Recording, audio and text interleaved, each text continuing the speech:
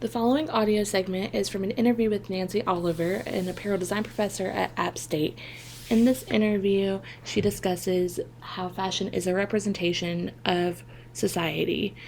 She relates this idea to our current societal context of COVID 19 and talks about how social media has played a role with these current fashion trends and relates that to fast fashion and ultra fast fashion.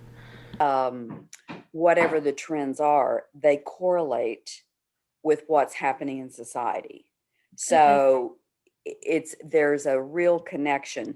Now, when you become if someone was an apparel design and merchandising major, one of the classes that we have talks about what are some of the different fashion theories. And when I used to teach that class, I would talk about those, but I'm a huge believer in one. The other ones I think have some merit, but the ones that I just think is most significant is the zeitgeist theory. And it's basically that whatever you see happening in society is going to be reflected in clothing. And I think you can study clothing throughout history and see that that is true. And when I've taught history of apparel in the past, every single history of apparel book that you ever look at will talk about what's going on at the time and then talk about how the clothing disseminates from that.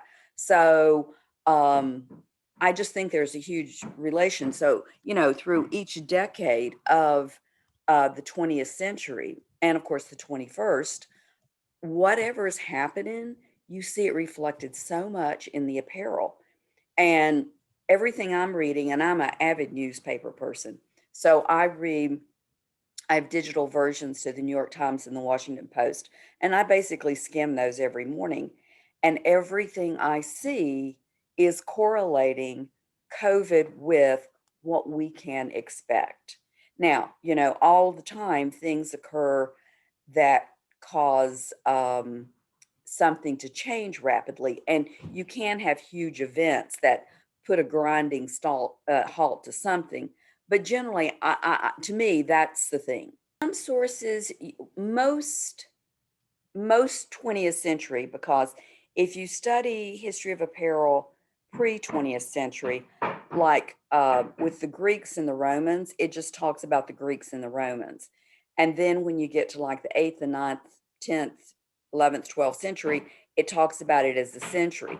Once you get to the 19th century, the number of years that it talks about is less. When you get to the 20th century, it generally talks about it in decades. So, and sometimes those decades aren't equal, meaning that sometimes something might start, the end of one decade and go over into the next. Um, Fast fashion and ultra fast fashion, which is the newest thing I've been reading about, are changing things so rapidly that I mean, things are changing weekly, monthly. I Yeah. still think when you look back at decades, you can see some general themes, but fast fashion has just basically turned the apparel industry upside down. Yes. And so most everything I've read about fast fashion um, does indicate that it's been around for a long time, but it really accelerated in 2008 with the economic crisis. And, apparel is discretionary income. So what people buy definitely correlates with economics. And I guess I should step back and say that when I do talk about the zeitgeist theory, and I do this with apparel and consumer behavior, which is this gen ed class that I've always taught, I always talk about the political, economic, social, and technological factors and how each of those influence whatever the spirit of the time is. So, when the economy is not doing well, what you will find is that how people spend their discretionary income on apparel is going to change. So, in 2008, whenever we had that economic crisis, fast fashion really accelerated. And that's when a lot of the huge growth really did end up occurring. But there was a really good article in the March issue of the Atlantic magazine, and it was talking about ultra fast fashion. And basically, and I read that article and then I shared it with two of my classes. And basically, what it was saying is that social media, the economic issues really accelerate fast fashion, but social media is what is causing ultra fast fashion to accelerate so much. It was talking about how because people are online all the time and they're doing all this visibility stuff, they feel compelled to wear something different every day. Every single decade there seems like there's huge events that Yeah. occur. Um, I've never, as long as I've lived, and I've lived a pretty long time, Mhm. um, I've never, after 9/11, when 9/11 occurred, I did see a lot of change. Patriotic things were very popular.